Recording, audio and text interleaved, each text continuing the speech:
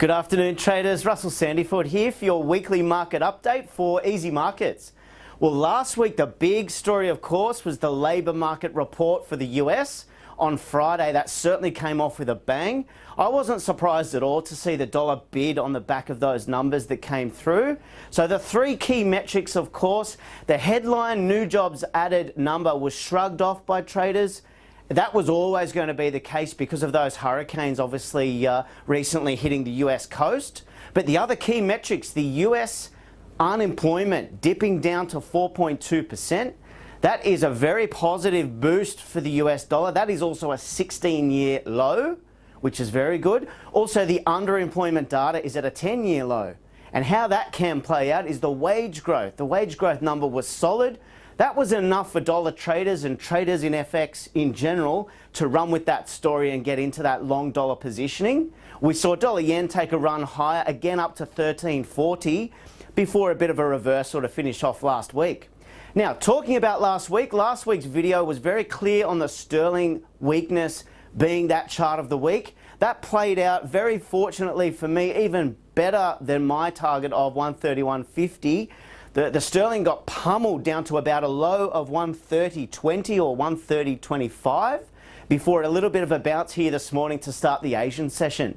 For mine, that will still be one of the best trades to play out over the coming weeks, as the Bank of England may need to pare back their timeline in relation to when they may move on rates.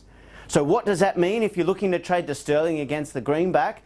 Look for it to blip a little bit higher, possibly even back to 131 neat today or tomorrow, before heading south again and that downside kicking in again. So I'm calling sterling much lower, but looking for a little blip higher to get a better entry on that one. Now, the best trade in my view, three of them for this week, three of them is playing the US dollar strength against the commodity currencies.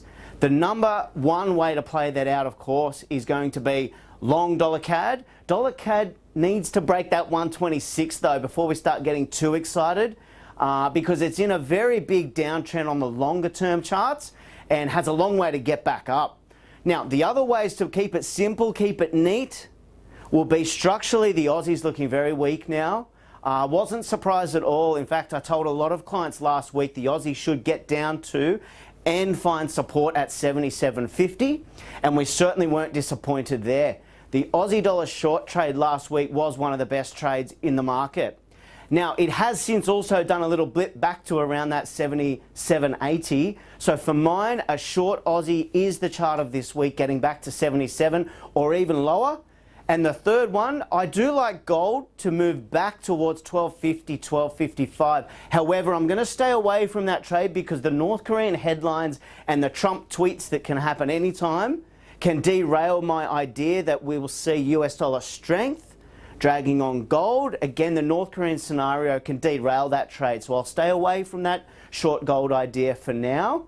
Again, the best ways to play this week, in my view, are long US dollar, looking for that headline inflation data which hits on Friday.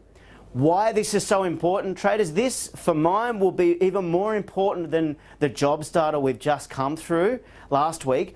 The inflation data will be more important because it's tipped to be solid, and if it is solid, it really does mean the US Fed have no reason but they'll have to probably hike interest rates there in December for the US. What that will do is pull Aussie down and push dollar CAD back higher. So for mine, that is the best way to play this week. And as always, if you need a hand with your trading, feel free to reach out to us here at easyMarkets on the dealing desk.